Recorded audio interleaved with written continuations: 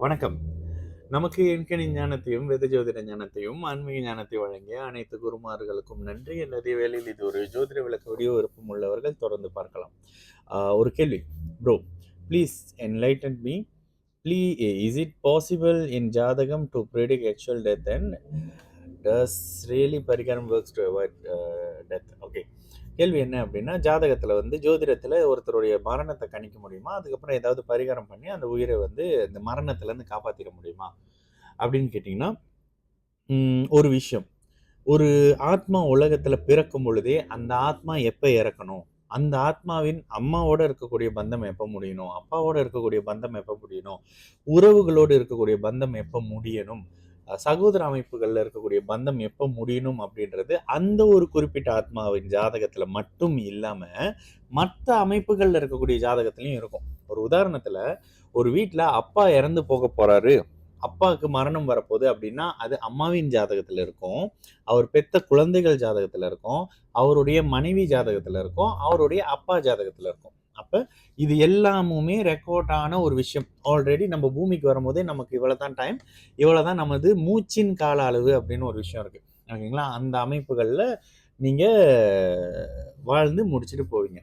இப்போது இன்னொரு கேள்வி, ஏதாவது பரிகாரம் பண்ணி மாற்ற முடியுமா அப்படின்னா, சரி நம்ம வயசானவங்கள விட்டுருவோம். வழக்கமாக நான் சொல்லுவேன், பரிகாரம் பண்ணி 150 வயசு வரைக்கும் இருக்கிறவங்க ஒருத்தவங்கள காப்பாற்றி கொடுத்துட்டிங்கன்னா அப்படின்னு. அவ்வளோலாம் வேணாங்க. ஆயுள் குறைந்த ஒருத்தர், யாரோ ஒருத்தர் சீரியஸாக இன்றைக்கி ஹாஸ்பிட்டலில் இருக்கார்ல, அவருக்கு ஒரு பரிகாரமோ பூஜையோ பண்ணி, ஆனால் அந்த ஜாதகம் அவருடைய பிறந்த ஜாதகத்தை நான் ஃபைனல் பண்ணணும். நீங்கள் நல்லா இருக்கிற ஜாதகத்தை எடுத்து போய் பரிகாரம் பண்ணி காப்பாற்றி கூட்டிகிட்டு வருவீங்க. இந்த அமைப்புகளில் இந்த மாதிரி ஒருத்தர் உண்மையாகவே வாய்ப்பே இல்லைங்க. வாய்ப்பே இல்லாம போது எப்படி இருக்கும்? லக்னம் கெட்டு போயிருக்கும், லக்னாதிபதி கெட்டு போயிருக்கும், லக்னத்தின் 8ஆம் பாவகம் சொல்லக்கூடிய ஆயுள் பாவகம் கெட்டு போயிருக்கும்.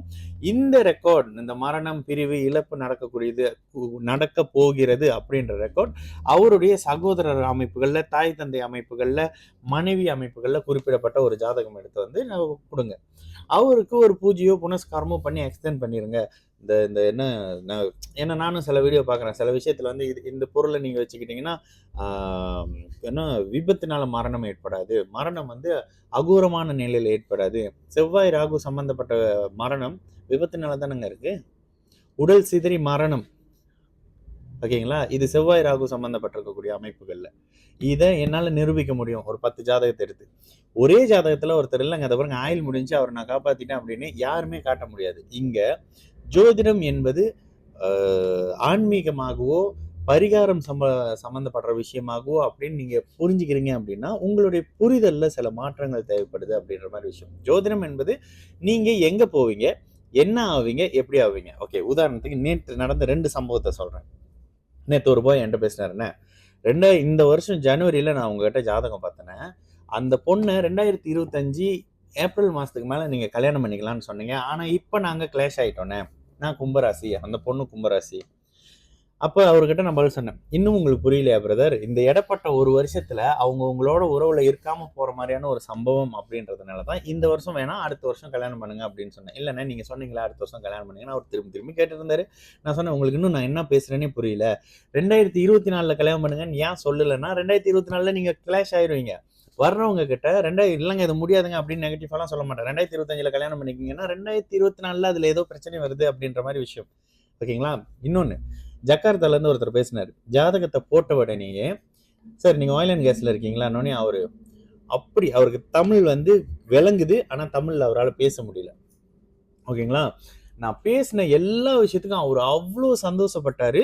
ஒரு மிக முக்கிய விஐபின்னு வச்சுக்கோங்களேன். அவர் ஒரு விஷயம் சொன்னார், ஆஃப்டர் நான் உங்களோட வீடியோஸ் பார்க்க ஆரம்பித்த பிறகு மந்த்லி 11,000க்கு பரிகாரம் பண்ணுவேன். பரிகாரம் எப்படி பண்ணுவேன் கேட்டதுக்கு ஃபோட்டோவாக பிடிச்சி அனுப்பிடுவாங்களாம்.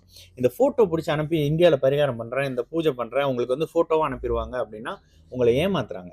ஓகேங்களா? இப்போ அது ரொம்ப நடந்துட்டு இருக்கு. பூஜை பண்ணிட்டேன் ஃபோட்டோ எடுத்துங்கன்னா அந்த மாதிரி 100 பேருக்கு ஃபோட்டோ அனுப்புவாங்க. அந்த 100ல் நீங்கள் ஒருத்தர், ஆனால் 100 பேரும் பேமெண்ட் பண்ணுவீங்க. ஓகேங்களா?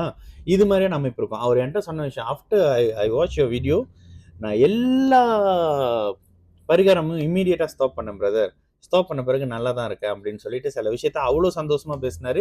சில அமைப்புகள் அவர் ஜக்கார்த்தாலேருந்து மலேசியாவுக்கு வரேன்னு இருக்காரு ஜூலையில். எதுக்குன்னா ஒரு உண்மையான ஜோசியத்தை சொன்னதுக்காக. ஓகேங்களா?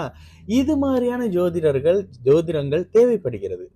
நம்ம போய் பூஜை பரிகாரம்னா அது ஆன்மீகம்ங்க. பூஜை, சாமி கும்பிடுறது, வழிபாடு அது ஆன்மீகம் இல்ல. பார்க்கும்போதே தெரியுதுல்ல. ஜோதிடம் என்னது? ஜோதிடம் என்றது கணிதம். இன்னைக்கு அமாவாசை. இந்த ஒரு ஓகே வரக்கூடிய பௌர்ணமி அன்றைக்கு ஒரு பரிகாரத்த பண்ணி அந்த பௌர்ணமிய வந்து அமாவாசையா மாத்தி ஒருத்தர காட்ட சொல்லுங்க. ஒரு கிரகண நாள நான் சொல்றேன்.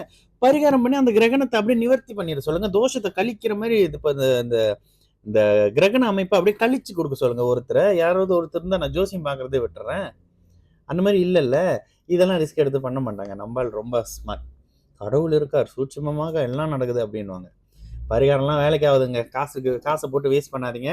எல்லாம் பண்ணி முடிச்ச பிறகு, இல்லங்க எனக்கு நடந்துச்சுனாக்கா, அது உங்க ஜாதகத்துல ரெக்கார்டா இருக்கும். நடக்கலங்க அப்டின்னா தான் நீங்க ஏமாத்துறாங்க அப்டி இப்டின்னு வருவீங்க. அதனால பரிகாரத்தெல்லாம் காசு வேஸ்ட் பண்ணாதீங்க. என்ன நடக்கணுமோ அது நடந்தே தீரும். சரிங்களா? நல்லது நடக்கும். எல்லாரும் நல்லா இருப்போம். வணக்கம்.